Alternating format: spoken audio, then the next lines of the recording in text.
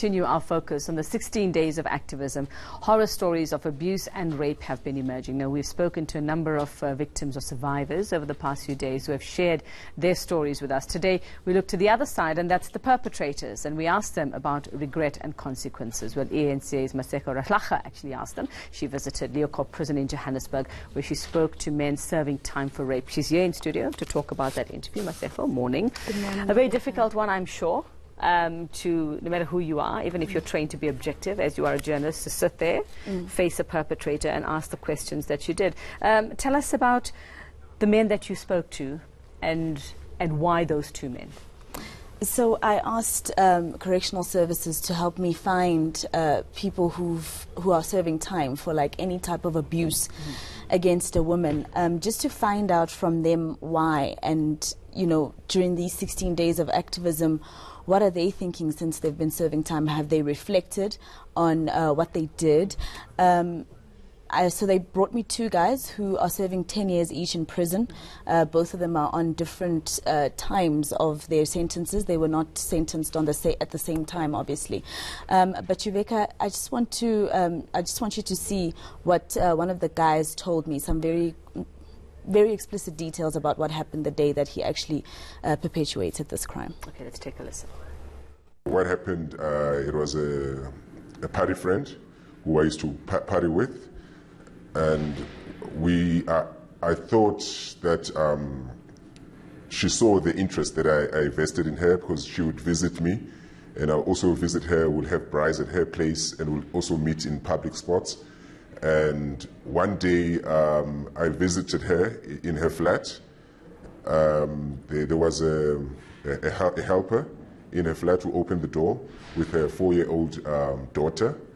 And I didn't find it strange to go into her private space when the helper said, no, it's fine, you can go in and enter, because you'll find her in the room. And then I entered the room. At that time, I was intoxicated, because the whole aim is that I was drinking in her complex, and knowing that she stayed in that particular complex, my aim of going to her was to call her to join us for the drinks. But when I got inside the room, yes, she was half naked, dressed half naked, and I guess I couldn't reason at that moment. I was taken by lust. I ended up sitting up closer to her, where I ended up fondling her, and at the time where I was fondling her, I didn't see any signs of refusal, which I thought it was a yes. And then I carried on, and I ended up kissing her, and then we slept together, and yes, we were caught, busted having sex, and then she started hitting me, beating me, telling me that I was forcing myself upon her. Yeah, basically, that's in the nutshell what happened. So Leeuwkop, you see, the whole point of correctional services, right, is to sort of help the perpetrator understand where they went wrong, especially if they're like a little bit not repentant, if I can use that word. And what I found when I was speaking to these two guys is that this one, who's already served 3 years of his 10-year sentence, still has a long way to go. Because I noticed he says we slept together. He didn't say, and then I raped her, or he still hasn't. Yes. So it sounds to me like he hasn't accepted or taken responsibility. Yes, and he still says things like she was half naked, and when I started touching her, she didn't say anything, so I thought it was a yes. Still justifying or defending. Yes. But what I found with the second guy, and that's why I used him as a longer piece, is that correctional services has managed. You know, there are a few people that correctional services is able to actually get them to understand where they went wrong, because the first thing he said was, I forced myself into her. And that's the bite that you know, we start with in that package. And you know, he was from the get-go that I did make a mistake. I did this to this girl. She was a student, and because of me, her life is stuck. And those are the guys. And funny enough, he's actually served only 1 year, 6 months of his sentence, which means he's more accepting of what he's done. Yes. Well, if it's rehabilitation. Masego, often when things like this happen, we have to look at, or when it comes to crime like this, we often ask the question, what happened to these men to make them do these to women? Was there something? Are they angry with their mother, for example? Did something happen to them as kids? Were they themselves survivors of abuse? Did you manage to establish any of that with either of these two? Well, you know, there were like underlying statements that they made that had those you could say maybe there's something that they went through as children. Because when I asked the both of them, for instance, you know, do you have kids? How's your mother? Do you miss your mother? What's the problem? What do we need to do? One of them is a father of 3, right? Yeah. One of them is a father of 3 girls. And when I would ask them those questions, the answers would always be, the problem is more deep than what we think. Men need to accept offerings of counseling from a young age to be able to speak about their problems instead of saying, no, I'm a man, I must be stronger, and so I must suppress whatever it is and just dominate. And those were most of the answers that they would give me, most especially this one that we just played a bite from. He actually even cried when I asked him about his mother, because he's from Cape Town. He came to Gauteng after getting a job in corporate IT. And of course, he says he misses his mother a lot. He started to cry because he says he sees her only 3 times in a year.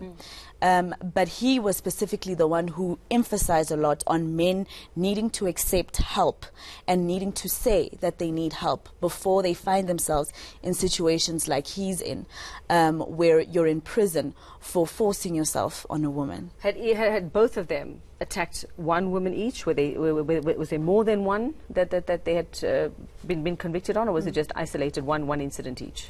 It was isolated incidents, one each. One happened in Midrand. A party friend in Midrand went to fetch her for some alcohol, and he ended up just, you know, doing what he did. The second guy was actually working for a political organization. He wouldn't say which one, in Tembisa, and he was working with the community. And that's the guy that I feel Correctional Services is actually doing a lot for him, because he was able to even say that, you know, I was very manipulative. I used my position in the community, and I was able to take her back to my house and actually force myself on her, even when she said no. Had either of them tried to apologize face to face with the women they raped? Well, Yuveka, I asked them if they would, and they said they definitely would, and that's the reason why we actually blurred their faces and disguised their voices, because Correctional Services has that program where they offer you, you know, the channels to apologize to the victim or the victim's family, or the survivor rather, let's say. So they did say that they would be willing, but we had to, you know, blur their faces and everything, because we knew that this would broadcast earlier than they could actually tell. So we don't want to, you know, shock their victims even further and re-victimize them by them just seeing them on the television like that. So they are wanting to do that. So if you had a chance to ask both of these men, what do they see in their futures? What's for them if and when they get out of prison? I definitely asked them that question. I asked it slightly differently, Yuveka. I said to them, when you get out of here, because 10 years, we know in South Africa very soon they'll be out, do you expect society to receive you and to forgive you? Families, and your own families. The first guy said he's hoping that society would do that. He wants to actually help boys, you know, from a young age, from like rural areas. He's from Cape Town, in a rural area in Cape Town, and he was saying, you know, I want to help boys in townships and rural areas, that you must speak out to say, I'm drowning. Please help me. This is what's happening with me. You know, I don't understand this and that. The second guy actually said he doesn't expect anyone to forgive him and receive him back in society. He understands that he's broken people's trust in a very bad way, and people will just always see him as a rapist because he's convicted for that. And so he was specifically saying, look, I'm just going to have to re-earn my trust, especially because I was a leader for, you know, for the community. And I used that very position that they had given me to actually perpetuate the crime. The other side of the story. Thanks very much, Masego Rahlaga. Great story there, and well done on, I suppose, keeping it together during an interview like that. Thanks very much. Well.